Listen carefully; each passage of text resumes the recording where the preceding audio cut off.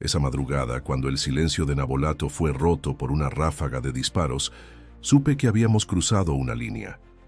No era una operación cualquiera, no era solo otro objetivo, era la primera vez que nos atrevíamos a entrar en el corazón de los Chapitos y a apuntar directamente a uno de sus pilares invisibles.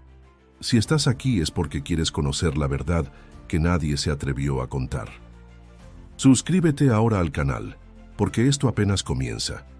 Durante años, Jorge Humberto Figueroa Benítez, mejor conocido como La Perris, o simplemente el 27, había sido un fantasma con nombre.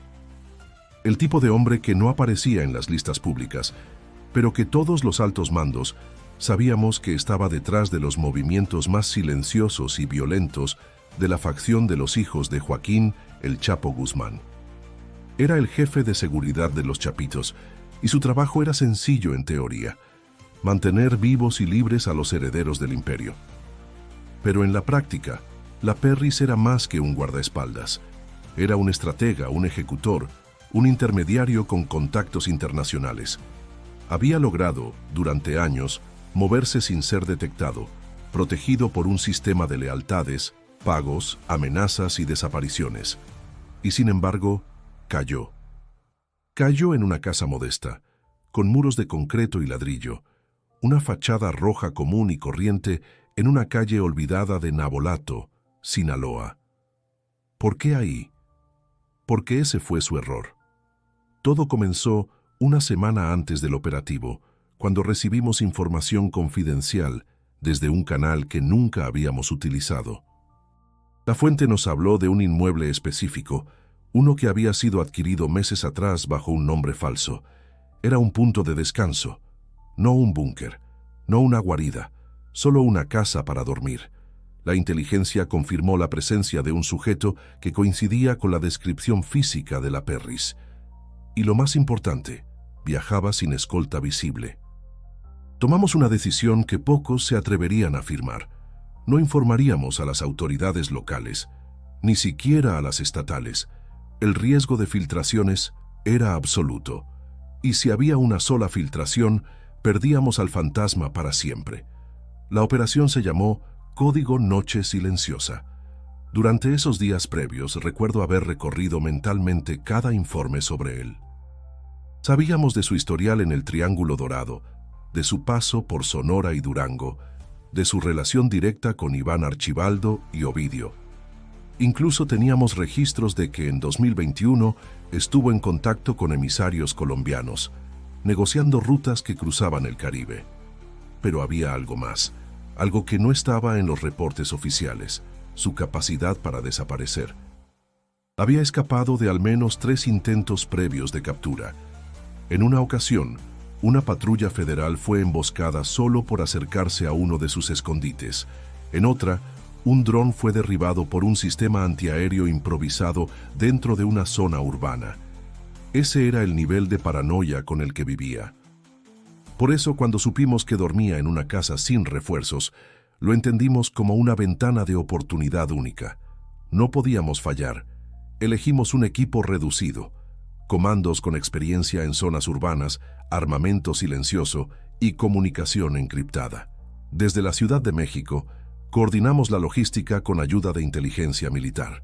El momento exacto fue calculado al milímetro. Viernes 23 de mayo, 03:00 horas. Un convoy sin identificación se deslizó por la carretera hacia Bariómetro, rumbo a la cofradía. A unas cuadras, el panteón municipal dormía bajo la neblina. Nadie en la zona supo lo que estaba a punto de ocurrir. La casa parecía inofensiva: una ventana tapada con propaganda electoral, un portón café, y frente a ella solo maleza y montículos de tierra. Pero sabíamos que dentro, La Perris respiraba. No sabíamos si estaba armado, no sabíamos si había otros, pero sabíamos que si no entrábamos esa noche, no volveríamos a tener esa oportunidad. Yo estaba frente a las pantallas, observando, dirigiendo y repitiendo una frase como un mantra: no hay vuelta atrás. La casa estaba ahí como una pieza olvidada del rompecabezas, en una calle sin cámaras, sin patrullas, sin ruido. Pero no era cualquier casa. Construida en un solo nivel, de concreto y ladrillo, su fachada roja parecía más descuidada que peligrosa.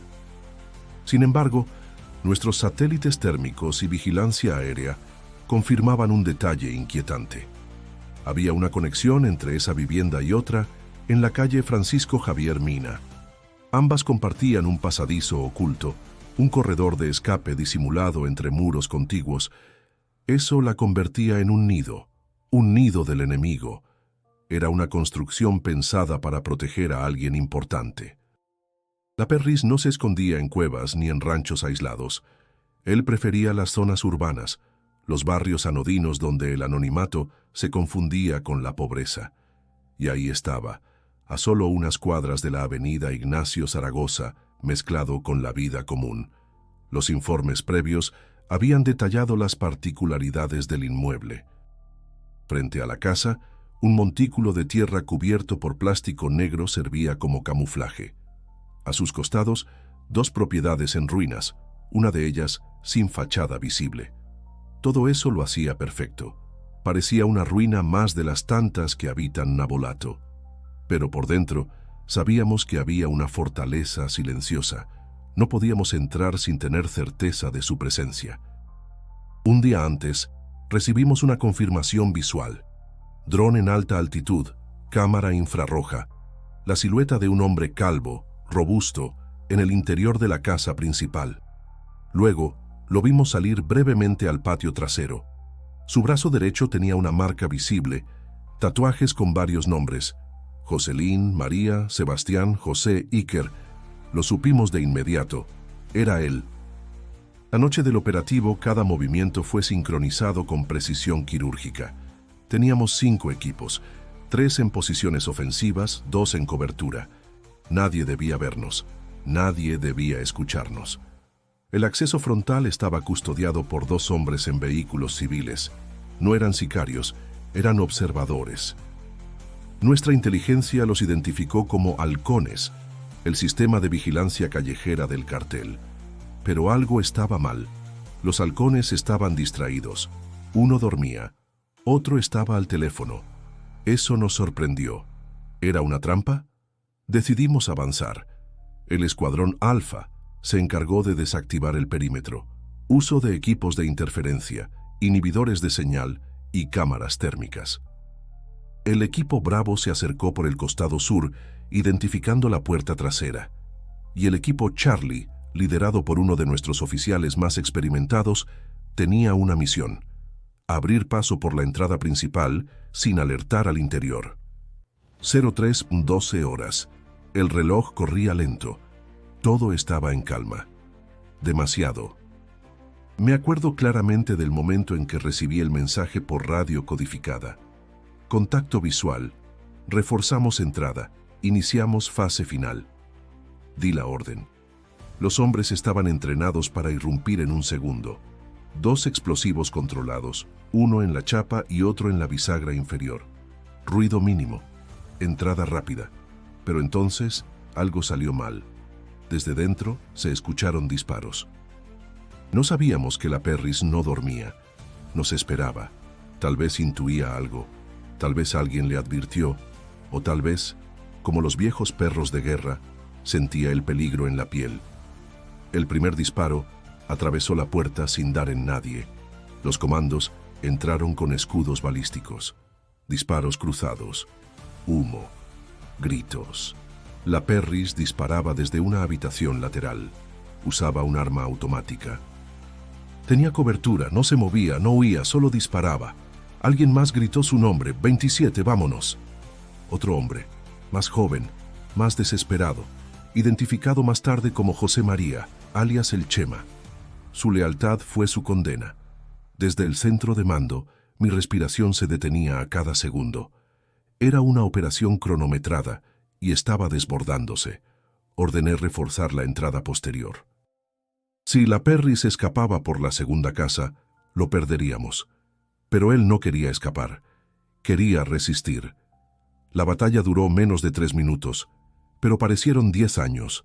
Luego, silencio. Uno de mis oficiales dijo por radio: objetivo neutralizado. Confirmamos identidad. En ese momento supe que algo se había roto en Sinaloa.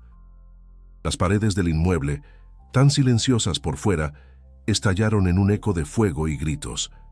Desde el momento en que los primeros disparos resonaron, supimos que habíamos cruzado el umbral de lo posible.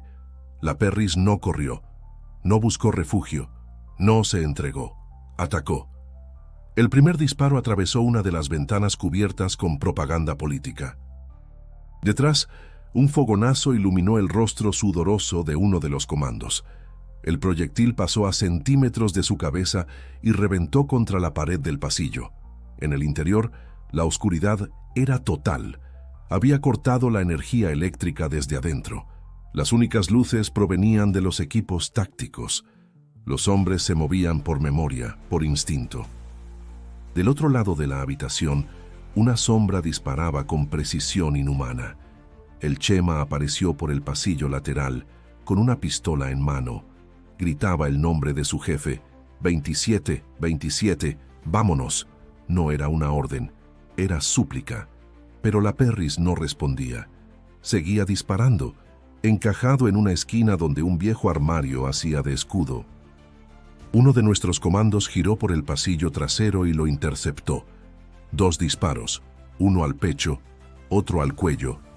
El Chema cayó de rodillas, soltando el arma, antes de desplomarse contra el suelo. La habitación donde la Perris se había atrincherado era un dormitorio sin orden ni lógica. Una cama descendida al centro, una escalera de tijera tirada en el suelo, un ventilador de techo que giraba sin corriente, como por inercia. Junto a la cama una mesa con papeles, una botella de plástico y un arma secundaria. El enfrentamiento duró apenas unos minutos, pero cada segundo fue un año. Uno de los impactos alcanzó el brazo de un comando, pero el escudo balístico absorbió el resto. Fue entonces que uno de los tiradores especiales, ubicado desde la ventana trasera, tuvo línea de visión clara y disparó. El proyectil atravesó el brazo izquierdo de la Perris y se alojó en su pecho. El hombre cayó hacia atrás, con los brazos abiertos, boca arriba sobre la cama. Su torso desnudo mostraba cicatrices antiguas y tatuajes con nombres de lo que parecían ser sus hijos. Un hilo de sangre se deslizaba desde su boca hasta la sábana rasgada. Había terminado. El silencio que siguió fue total. Ninguno de los comandos habló por unos segundos. No era euforia, no era alivio, era respeto por la violencia del instante. El oficial al mando se acercó al cuerpo. Confirmó la identidad con base en las marcas, el rostro, los registros de Interpol. El arma de alto calibre seguía a su lado. Una 9 mm modificada con silenciador casero. Objetivo neutralizado, repitió por radio. Confirmamos, es la Perris. Yo, en el centro de mando, me permití cerrar los ojos. Solo un instante. No por orgullo, no por victoria, sino porque entendía que lo que acabábamos de hacer era arrancar una pieza clave del tablero. Una pieza que sostenía los hilos de un sistema violento, complejo y profundamente arraigado. Pero también sabía que esto apenas comenzaba. Las imágenes posteriores no fueron fáciles de procesar. En las fotos tomadas por los equipos de inspección, el cuerpo yacía sobre la cama, con los brazos extendidos como si hubiera estado esperando la muerte. El rostro mostraba una mezcla de rabia y resignación. En su brazo derecho los nombres: Jocelyn, María, Sebastián, José e Iker. Nadie lleva esos nombres en la piel si no representan algo más que aliados. Eran su sangre, su legado. La muerte de la Perris no fue solo la caída de un jefe de seguridad. Fue la caída de un hombre que vivía atrapado entre la estructura de un cartel y los fantasmas de su propia humanidad. Uno de los comandos, al salir de la habitación, murmuró algo que quedó grabado en los audios. ¿Ese era él? ¿Así muere un hombre con 1 millón sobre su cabeza? Sí, así mueren, sin gloria, sin escoltas, sin salida, en una cama sucia, rodeado de polvo, bajo una propaganda electoral. Ese fue el fin de la Perris. Una vez neutralizado el objetivo, el operativo no terminó. Comenzó la segunda fase: inspección y aseguramiento. La casa, vista desde fuera, parecía ya destruida por la violencia del enfrentamiento. La fachada mostraba orificios de bala de alto calibre. La ventana, cubierta por propaganda electoral, había sido atravesada en más de 6 puntos, y el portón café abollado apenas colgaba de sus bisagras. Pero lo más sorprendente estaba adentro. Los equipos tácticos se dividieron entre las dos propiedades conectadas. El primer inmueble, donde cayó la Perris, estaba saturado de objetos personales: zapatos tirados, platos sucios, una televisión vieja. Nada indicaba que ese lugar fuera un centro de mando o refugio de un criminal buscado a nivel internacional. Pero al revisar los cajones del mueble junto a la cama, los agentes encontraron algo más interesante: documentos parcialmente quemados, restos de papel moneda extranjera y varias memorias USB escondidas bajo una tabla floja del suelo. En la cocina, oculto dentro de una olla vieja, había un paquete sellado. Contenía lo que parecía ser polvo blanco, más tarde confirmado como fentanilo prensado. La segunda casa, conectada por el pasadizo trasero, era distinta. Aunque por fuera parecía más nueva, pintada de amarillo, con portón de aluminio decorado, por dentro estaba vacía. Pero eso no era casualidad. El suelo mostraba señales de haber sido recientemente lavado con sustancias químicas. Las paredes, al aplicar luz ultravioleta, revelaron manchas de sangre seca. Y en una de las esquinas había marcas de cinta adhesiva industrial. Era evidente: ese espacio había sido usado para retener personas o preparar cargamentos. Uno de los hallazgos más simbólicos ocurrió cuando un agente abrió una pequeña caja de madera oculta dentro del muro falso. Allí, cuidadosamente envueltos en trapos, estaban 3 teléfonos satelitales, una libreta con nombres y rutas escritas a mano y un reloj de oro con las iniciales JHFB grabadas en la parte trasera. Ese era la Perris, elegante en la sombra, violento en el silencio. El comandante a cargo del ingreso dejó testimonio escrito. Fue como entrar a un laberinto armado. Cada puerta podía ser una emboscada. Cada pared ocultaba un secreto. Pero lo que más me impactó fue el silencio. A pesar de los tiros, a pesar de los cuerpos, reinaba un silencio extraño, como si el lugar supiera que ese era el final. En las horas siguientes, las autoridades iniciaron un mapeo de todas las propiedades vinculadas al operativo. Varios nombres falsos surgieron. Pero un patrón se repetía: empresas fantasma, testaferros y conexiones con bienes raíces en Mazatlán y Hermosillo. Lo que parecía una simple casa en Navolato resultó ser una de las tantas casas de paso de la red logística de los Chapitos. La presencia de la Perris allí no fue casual. Había elegido ese lugar porque confiaba en su invisibilidad. Nadie pensaría que uno de los hombres más buscados del país dormiría en una casa humilde, rodeado de ruina y silencio. Pero fue esa arrogancia la que lo condenó. Más tarde, al revisar las fotos del cuerpo abatido, notamos detalles que pasaron desapercibidos en el momento. Un rosario envuelto en su muñeca izquierda, un anillo barato de plástico en el dedo meñique y una pequeña cicatriz en la base del cráneo, señal de un antiguo enfrentamiento. Eran marcas de su historia, de su supervivencia, pero ya no más. Los medios empezaron a filtrar imágenes, fotos del cuarto, del cadáver, de los impactos en la fachada. En redes sociales el rumor se expandía como pólvora. Algunos lo celebraban, otros lo lloraban. Había quienes incluso dudaban de la veracidad del operativo, pero nosotros teníamos las pruebas, las armas, las marcas, las memorias USB, las rutas y sobre todo, el cuerpo. Desde el centro de mando, yo veía esas imágenes con un nudo en la garganta, no por empatía, sino por lo que significaban. Haber tocado a la Perris era tocar la estructura interna del cartel. Y sabíamos que eso tendría consecuencias. Afuera, en la madrugada ya limpia, los agentes se reagrupaban. La misión había sido cumplida, pero la guerra apenas comenzaba. La mañana siguiente no fue tranquila. A pesar del éxito de la operación, El país despertaba con una sensación de tensión contenida. La noticia se había filtrado. Abaten a la Perris, jefe de seguridad de los Chapitos. Los titulares no mencionaban cómo ni quién lo había decidido, solo informaban su muerte. Pero lo que nadie decía es que esa noche había cambiado el equilibrio interno del cartel. La caída de la Perris no fue solo un golpe a la seguridad de Iván Archibaldo y Ovidio Guzmán, fue un mensaje. Un símbolo de que, por primera vez en años, la autoridad podía alcanzar a los hombres invisibles, a los que no daban la cara, a los que vivían entre muros de silencio y lealtad comprada.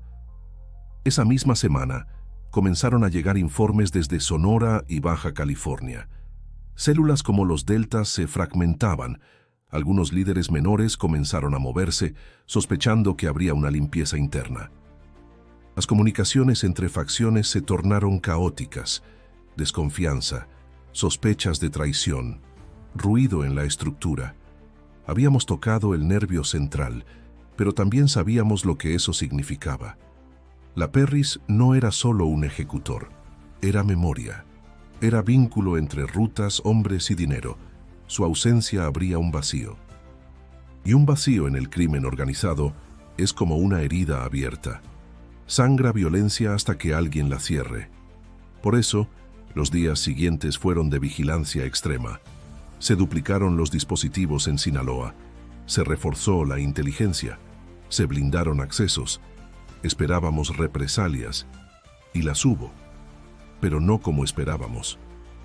2 semanas después, un convoy armado atacó una base en las afueras de Culiacán. Fue repelido. 3 atacantes muertos, todos menores de 25 años, soldados improvisados. No eran operadores de alto nivel, eran niños armados por el caos. Eso confirmó nuestras sospechas. Los Chapitos estaban desorientados. La muerte de la Perris había sido un golpe quirúrgico, uno del que no sabían cómo defenderse. Porque no sabían de dónde vino. Esa fue nuestra ventaja, y ese fue el objetivo desde el principio, romper la lógica de la impunidad. Desde ese día, muchos comenzaron a hablar. Informantes, antes silenciados por el miedo, empezaron a enviar mensajes, documentos, rutas, movimientos, porque si la Perris podía caer, cualquiera podía. Hoy, al contar esto, no lo hago para glorificar la violencia ni para presumir victorias. Lo hago porque merecen saber cómo funciona la guerra que no se ve. Merecen saber que, a veces, el enemigo está a unos metros, en una casa con portón café, con un árbol saliendo del techo en una calle olvidada por el progreso, y que aún ahí se puede hacer justicia. Ese operativo fue el inicio de una nueva fase, una donde no importa cuán profundo se escondan, ni cuán discretos sean sus pasos. Si están ligados al dolor, al narcotráfico, a la destrucción de nuestro país, los vamos a encontrar. Así como encontramos a la Perris. Gracias por acompañarme hasta aquí. Si esta historia te impactó, te invito a suscribirte al canal para no perderte las próximas revelaciones. Y si quieres conocer los detalles de otra operación secreta que sacudió a los menores, haz clic en el siguiente video que aparece en tu pantalla. La guerra aún no termina, pero la verdad siempre encuentra la forma de salir.